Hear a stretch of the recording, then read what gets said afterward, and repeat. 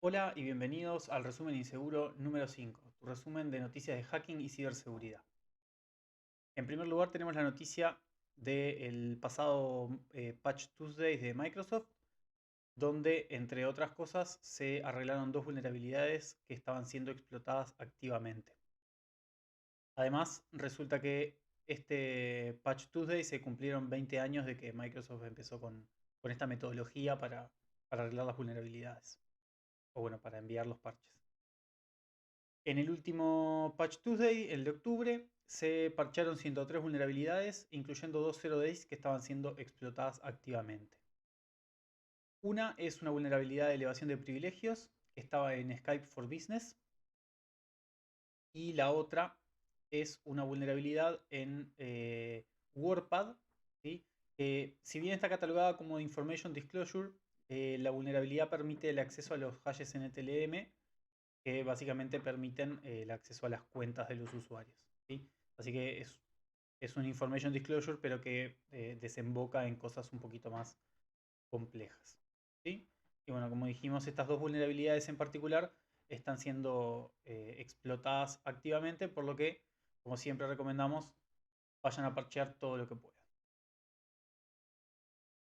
La semana pasada tuvimos un nuevo récord en un ataque de negación de servicio distribuido, y es el ataque que han dado en llamar como HTTP2 Rapid Reset, ¿sí? Este es un artículo en el blog de Cloudflare, ¿sí? Que creo que fueron de los primeros que detectaron este ataque, pero también hay el artículo correspondiente, por ejemplo, en la parte de Google Cloud. Más o menos todos los grandes de la nube han recibido algún ataque de este tipo y han tenido información al respecto. Lo más interesante de este ataque es que logró alcanzar un pico de 201 millones de solicitudes por segundo, que es casi el triple que el mayor ataque registrado hasta ese momento. Los números dependen, por ejemplo, según Google, creo que llegaban casi a 300 millones de solicitudes por segundo. Pero bueno, varía, pero una diferencia muy importante de los mayores ataques registrados anteriormente. Y lo que es más preocupante, dice acá el artículo, es que este ataque se pudo realizar con una botnet de solo 20.000 máquinas.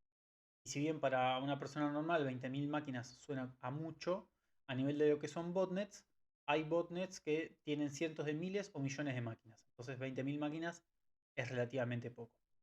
Y además, para poder comparar el tamaño del ataque con lo que es eh, el tráfico normal de Internet, la web, cuando dice acá la web, se refiere a toda la web, no una web, no un sitio web específico. La web en su totalidad suele recibir solo entre 1.000 y 3.000 millones de solicitudes por segundo. Y este ataque fue de 201 millones de solicitudes por segundo. Teniendo en cuenta que fue solo con 20.000 máquinas, lo que dice acá es que no parece imposible que utilizando este método se pueda concentrar un volumen de solicitudes equivalente a toda la web de un momento en un pequeño número de objetivos o incluso en un solo sitio web, ¿sí? Bueno, el artículo está muy interesante con todos los detalles técnicos, explica cómo funciona el ataque. Básicamente usa el comando reset de HTTP2 para tirar solicitudes y resetearlas en el mismo momento, lo que hace que se pueda sobrepasar el límite de conexiones abiertas que tiene permitido un servidor específico, ¿sí? Según el protocolo HTTP2, la configuración del servidor. Entonces eso permite generar básicamente solicitudes ilimitadas contra un servidor, porque claramente las que son reseteadas no se siguen contando, pero tanto el envío de la solicitud inicial como el procesamiento del reseteo requiere de cierto procesamiento por parte del servidor, y eso es lo que genera la denegación de servicio, ¿sí? Si quieren más detalles pueden entrar a ver bien todo el artículo que explica desde funciones básicas HTTP, HTTP2 y cómo funciona el ataque en sí, ¿sí? Como siempre, los links van a estar en los comentarios. Bueno, Google, seguimos con la tendencia de pasarse a los passkeys, ¿sí? Y ahora Google también lo empezó a implementar, ya lo había empezado a implementar como una cosa opcional y ahora lo está implementando como la forma de autenticación por defecto, ¿sí? Para recordar simplemente las passkeys, ¿sí? Que son estos sistemas que se llaman passwordless porque no necesitan una contraseña, utilizan información del dispositivo como un factor de autenticación y del usuario a nivel biométrico como segundo factor de autenticación y no requieren del uso de una contraseña. Eso no significa que uno no pueda tener una contraseña de respaldo, pero no se necesita para ingresar normalmente y permite no tener contraseña y permite tener contraseñas muy seguras guardadas este, en un sobre, en una caja fuerte y, y- y normalmente no tener que utilizarlo. Bueno, lo que comenta acá el artículo esto es una especie de publicidad si se quiere. Eh, Dice que bueno, que más temprano en el año se empezó a dar soporte para las passkeys y que ahora las van a ofrecer como la opción por defecto en las cuentas personales de Google. ¿Sí? Nada, esto es una buena noticia para mejorar la seguridad. La SEC está investigando la empresa Progress Software por el hack de Movit. ¿Sí? Si se acuerdan, hace una semana ya habíamos visto el hack de Movit que había afectado, acá teníamos los números, expuso datos de más de 2.000 organizaciones y 60 millones de individuos. Y la SEC, que es la Security and Exchange Commission, que se encarga de monitorear todo lo que tiene que ver con empresas que cotizan en bolsa y ese tipo de cosas, la está investigando. ¿Sí?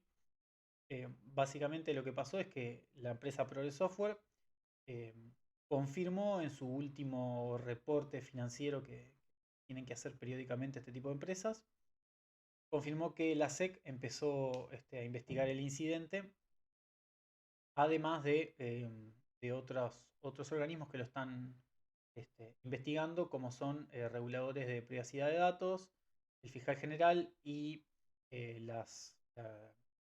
¿cómo es? Las fuerzas del orden, digamos.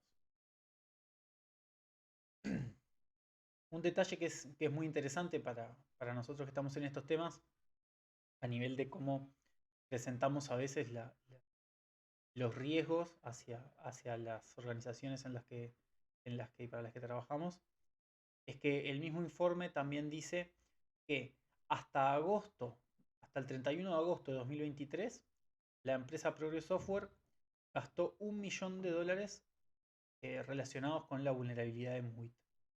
Y estos costos son netos de lo que recibieron a nivel de seguros, que dice que son 1.9 millones de dólares. O sea que en realidad los costos que tuvieron del incidente fueron de casi 3 millones de dólares hasta agosto, estamos hablando.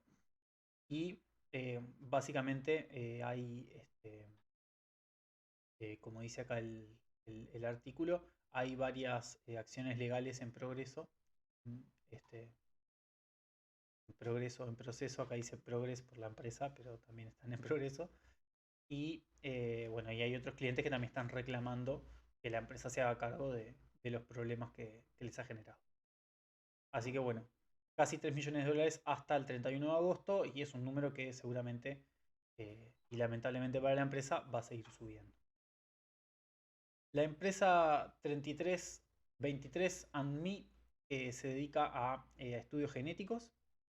eh, Después de sufrir un hackeo hace unas semanas, está ahora recibiendo un montón de reclamos legales, ¿sí? Por la data genética que se le robó de los usuarios.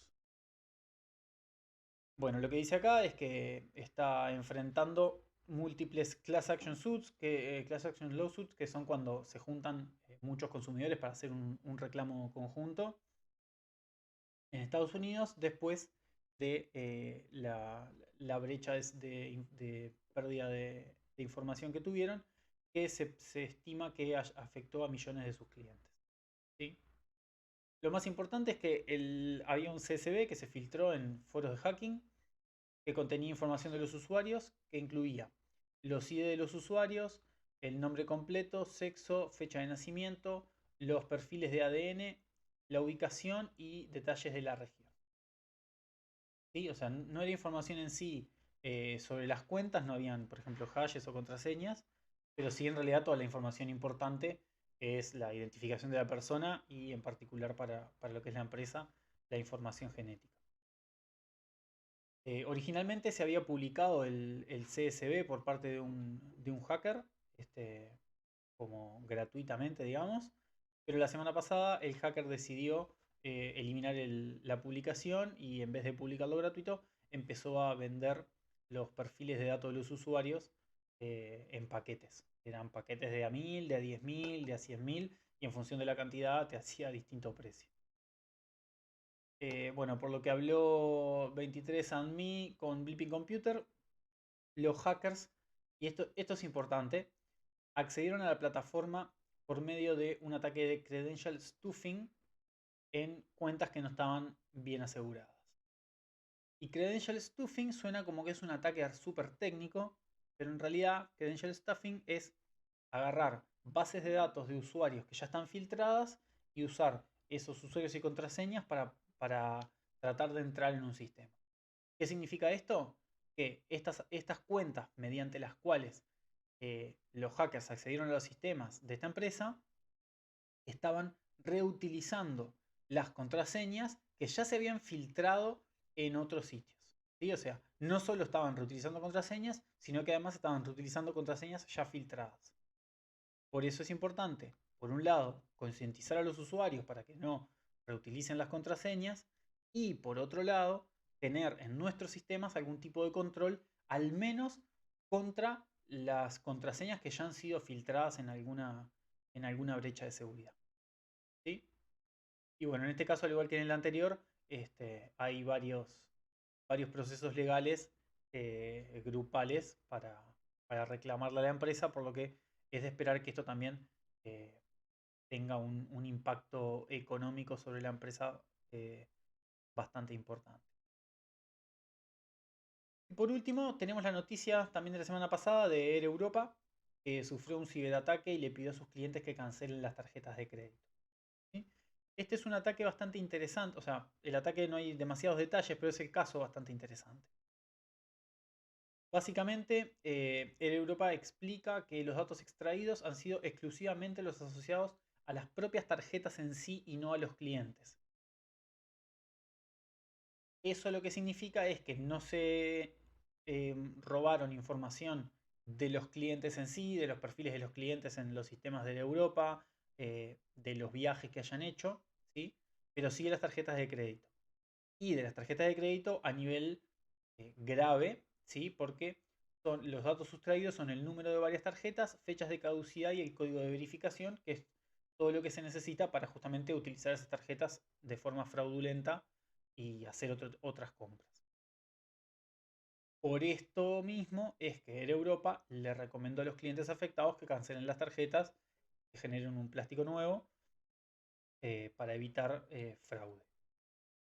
Por lo que dicen hasta el momento, no se han detectado intentos de fraude con esas tarjetas, pero podría pasar en cualquier momento o podría pasar que no se hayan detectado simplemente, porque muchas veces la gente no revisa los estados de cuenta de la tarjeta, eh, a menos que sean montos muy raros. Entonces, a menos que revisen línea a línea y detecten alguna compra que no hicieron, eh, puede que pase y que no sea detectado. Y lo interesante acá es que Air Europa está certificado en PCI. Eso lo que significa es que si está certificado y pasó una auditoría, es bastante poco probable que le hayan hackeado em, los sistemas donde ellos guardan las tarjetas de crédito, lo que también es consistente con el hecho de que solamente le hayan robado la información de las tarjetas de crédito. Si un hacker hubiera entrado, seguramente hubiera robado la mayor cantidad de información posible y eso hubiera incluido información de los clientes, de los vuelos que hayan tomado, etc.